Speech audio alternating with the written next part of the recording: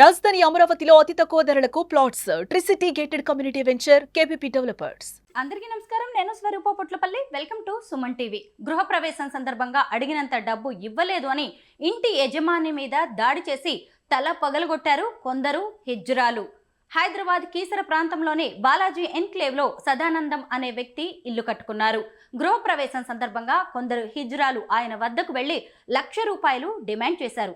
అంత డబ్బులు ఇవ్వడానికి ఆయన ఒప్పుకోకపోవడంతో మరికొంతమంది హిజ్రాలను తీసుకొచ్చి ఆ కుటుంబం మీద విచక్షణారహితంగా దాడి చేసినట్టుగా తెలుస్తోంది. ఈ దాడిలో గాయపడిన బాధితుడైన సదానందం ఫిర్యాదు మేరకు పోలీసులు కేసు నమోదు చేసి విచారణ జరుపుతున్నారు. ప్రస్తుతం నాతో పాటు లైవ్ కాల్లో రెడీగా ఉన్నారు ట్రాన్స్జెండర్స్ రైట్స్ యాక్టివిస్ట్ రచన ముద్రబోయిన గారు. ఆవిడతో మాట్లాడదాం.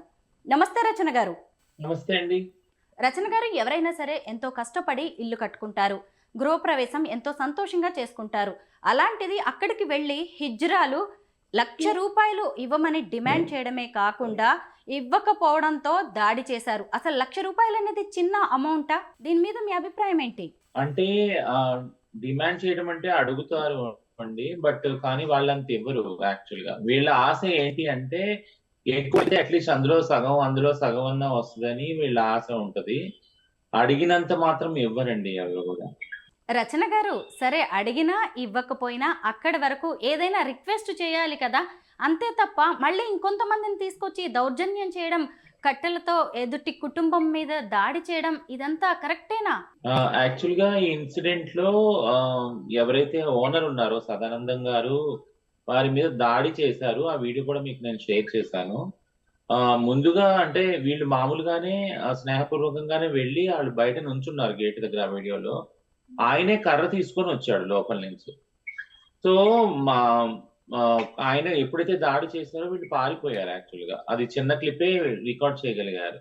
ఆ తర్వాత మళ్ళీ వచ్చి ఉంటారు ఆశతోటి. ఆ తర్వాత వాళ్ళ మధ్య ఏం వివాదం జరిగి ఏ సీసీ ఫుటేజ్ కూడా లేదు. పోలీసులు ఇన్వెస్టిగేషన్ చేస్తున్నారు. మంది మీద కేసు బుక్ అయింది. యాక్చువల్లీ తెలపడగట్టడం అనేది నేరమే అండి. నేరాన్ని ఎప్పుడు కూడా ట్రాన్స్జెండర్ హిజ్రా కమ్యూనిటీలో ఎప్పుడు కూడా మేము ఎంకరేజ్ చేయము. నేరాన్ని ఖచ్చితంగా చట్టరీత్యా యాక్షన్ తీసుకోవాలి, దానికి నేను ఒప్పుకుంటాను. బట్ కానీ దాడి ఆయన కూడా చేస్తాడు కాబట్టి ఆయన మీద ఎలాంటి యాక్షన్ తీసుకుంటారు ప్రూఫ్ మన దగ్గర ఉంది ట్రాన్స్జెండర్ కమ్యూనిటీ దగ్గర. సో ఆయన మీద కూడా ఎలాంటి యాక్షన్ తీసుకుంటారు అనేది పోలీసు వారిని ప్రశ్నిస్తున్నాను. రెండోది ఏంటి అంటే ఈ న్యూసెన్స్ లు జరగకూడదు అనేసి మీకు తెలుసు, చాలా కమిటీలు ఫామ్ చేసుకున్నాము, మీటింగ్స్ పెట్టాము రెగ్యులర్ గా. అంటే ప్రైడ్ ప్లేస్ వారితోటి సిఐ దాస్ గారి ఆధ్వర్యంలో చాలా క్రైమ్ ని రెగ్యులేట్ చేయడానికి చాలా ఆయన కూడా చాలా హెల్ప్ చేస్తున్నాడు, మా అఖిలేష్ అందులో. బట్ థింగ్ ఏంటంటే అవకాశాలు ఇంకా ముందుకు వెళ్ళకపోగా ప్రామిసెస్ చేసిందో ఉద్యోగాలు కానీ రిజర్వేషన్స్ కానీ హారిజాంటల్ అవన్నీ ముందు జరగకపోవటం వల్ల ఎక్కువ మందికి భిక్షాటన మీద ఎక్కువ మంది రావటం వల్ల అక్కడ ఒత్తిడి వనరుల కోసము అక్కడ ఈ కొట్లాటలు గల్లంతులు అవుతున్నాయి. కంట్రోల్ చేయలేనంత ఇదిగా వెళ్తున్నారు. ఒక్కొక్కసారి మొత్తం రోజంతా తిరిగినా వాళ్ళకి కనీసం 200-300 కిరాయి ఖర్చులు కూడా రాని పరిస్థితి కూడా ఉంది కమ్యూనిటీ వాళ్ళకి. నేను వెనకేసుకొస్తానని కాదు, ఇది చాలా అంటే కూడు గుడ్డ కనీసం లేని కమ్యూనిటీ మాది కాబట్టి అవన్నీ ఏర్పరచడానికి గవర్నమెంట్ ముందుకు వచ్చినప్పుడు ఇవన్నీ తగ్గుతాయన్న ఉద్దేశం అండి. రచన గారు, మీ బాధలు మీకున్నాయి, మేము అర్థం చేసుకోగలం.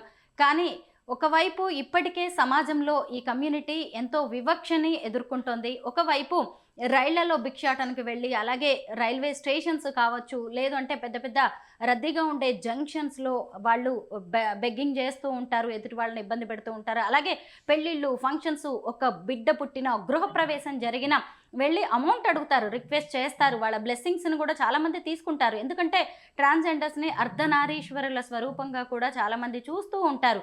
కాకపోతే ఇలాంటి దాడులు చేయడం అనేది పూర్తిగా కమ్యూనిటీ మీదే నెగిటివిటీని పెంచే అవకాశం ఉంటుంది కదా. ఖచ్చితంగా మీడియా అలా పోర్ట్రే చేస్తే అలాగే అవుతుంది స్వరూప గారు. ఎందుకంటే పొద్దు నుంచి వచ్చిన ఆర్టికల్స్ కానీ రీల్స్ కానీ వీటిలన్నిటి కూడా అవే అంటే కనపడుతున్నాయి. మీకు చిన్న ఉదాహరణ చెప్తాను. 15-20 రోజుల క్రితం ఒక అమ్మాయిని బాలనగర్ అంటే అదే కుక్కట్పల్లి పిఎస్ పరిధిలో తీసుకొని వెళ్ళి రౌడీలు, దుండగులు గ్యాంగ్ రేప్ చేశారు. బట్ ఆ అమ్మాయిని వాళ్ళకి 3-4 రోజులు పోలీసులు ఇన్వెస్టిగేట్ చేసి ఆ క్రిమినల్స్ పట్టుకొని జడ్జి గారి దగ్గర తీసుకువెళ్తే ఈ అమ్మాయి మీద ఏదైతే జరిగిందో అది చట్ట పరిధిలోకి రాదు అని వాళ్ళకి బెయిల్ ఇచ్చి వదిలివేయడం జరిగింది. ఎవరైతే చేశారో మానభంగం, అందులో ఒక వ్యక్తిని మర్డర్ చేయగా మీరు చూసే ఉంటారు. రీసెంట్ గా 2 రోజుల క్రితము ఒకటి చాలా దారుణమైన వీడియో సర్క్యులేట్ అయ్యింది కూడా. దానికి సంబంధించి రీల్స్ చేస్తా కూడా, అంటే మీడియా ఎంత ఇన్సెన్సిటివ్ గా ఉంటది, ప్రజలు ఎంత ఇన్సెన్సిటివ్ గా ఉంటారు ట్రాన్స్జెండర్ విషయాలకు వచ్చేటప్పటికి అనే దాని గురించి చెప్తున్నాను నేను. వీళ్ళిద్దరూ ఎవరైతే రౌడీల ఘర్షణ ఉందో దానికి కారణం ట్రాన్స్జెండర్ గా ఒక ఆయన రీల్ చేసి ఇన్స్టాలో పెట్టాడు. థింగ్ ఏంటంటే ట్రాన్స్జెండర్ వ్యక్తులు అనేటప్పటికీ ఆల్రెడీ కొన్ని నెగిటివ్ స్టీరియో టైప్స్ ఆలోచనలు సమాజంలో ఉన్నాయి. దాన్ని మీడియా కూడా ప్రతిబింబించడం, హైలైట్ చేయడం, ఆ విధంగా రిపోర్ట్ చేయడం జరిగింది. ఇప్పుడు ఈ వీడియో షేర్ చేసేంత వరకు కూడా నేను ఏదైతే సదానందం గారు కొడుతున్నారో ట్రాన్స్జెండర్ వాళ్ళని, ఎవరికి తెలియదు ప్రపంచానికి అసలు అక్కడ ఏం జరిగింది అని.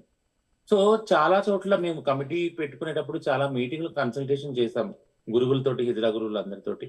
వెళ్ళిన చోటల్లా వీళ్ళని చేపట్టుకొని లాగటము, వెళ్ళిన చోటల్లా వీళ్ళు మీరు మగాళ్లే కదా చీరలు కట్టుకుని వచ్చారు, వెళ్ళిన చోటల్లా వీళ్ళు మీరు ఆపరేషన్ చేయించుకుంటారు, మీరు పెట్టించుకుంటారు, పోయించుకుంటారు, ఇవన్నీ మాటలు అంటాం, దుర్భాషలు ఆడటం జరుగుతుంది. సో వీళ్ళు రోషానికి వచ్చి వాళ్ళతోటి కొట్లాడదీయటం, కయ్యం తిరగడం జరుగుతుంది. సో ఆ విషయాలు ఎవరు కూడా రిపోర్టింగ్ చెయ్యరు, మీడియాలో రావు, అక్కడ ఉన్న సన్నివేశం మనకు తెలియదు. కానీ ఏదన్నా జరిగినా కూడా మొత్తం అంతా నేరం అంతా ట్రాన్స్జెండర్ వాళ్ళ మీదనే వాళ్ళే బాధ్యులుగా చిత్రీకరిస్తారు. సో అది సిట్యుయేషన్. ట్రాన్స్జెండర్స్ పరిస్థితుల్ని మార్చడానికి, అసలు సమాజంలో వాళ్ళ మీద ఉన్న అభిప్రాయాన్ని కూడా మార్చేయడానికి ప్రభుత్వం ఎన్నో చర్యలు తీసుకుంటుంది. ఇప్పటికే కొంతమందిని ట్రాఫిక్ వాలంటీర్స్గా తీసుకున్నారు, అలాగే మెట్రో లాంటి చోట కూడా జాబ్స్ ఇచ్చారు. మీలాంటి వారు కూడా ట్రాన్స్ స్వాభిమాన్ వంటి అవార్డ్స్ ఇస్తున్నారు. అయినా సరే ఎందుకు ఇలాంటి ఘటనలు జరుగుతున్నాయంటారు? ఎందుకంటే గవర్నమెంట్ నిలబడట్లేదు మాతోటి. ముఖ్యంగా నిలబడి మేమున్నాం వీళ్ళకి అండగా అని ఏ ఒక్క మంత్రి కానీ, సీఎం గారు కానీ, ఎవరు కానీ, ఏ పొలిటీషియన్ కానీ మామూలు మీడియాలో, సోషల్ మీడియాలో ఎక్కడ కనిపించదు అసలు యాక్చువల్గా ట్రాన్స్జెండర్ వారితో. ఎందుకంటే ఇంకా వాళ్ళ ఆలోచనలో మేము నేరస్తులు కానీ, అంటరాని వాళ్ళగానే వాళ్ళు ఫీల్ అవుతా ఉన్నారు. కాబట్టి అది పోయేంత కాలం ఈ వివక్షత మాతో కంటిన్యూ అవుతూనే ఉంటుంది. ఇంకా ఏం కోరుకుంటున్నారు మీరు ప్రభుత్వం నుంచి? మేం కోరుకునేది ఏంటంటే కనీస అవసరాలు ఏవైతే ఉన్నాయో, రోటీ, కపడా, మకాన్, అవి అందరికీ కూడా కల్పించేలాగా ట్రాన్స్జెండర్ వాళ్ళకి చర్యలు తీసుకోవాలి.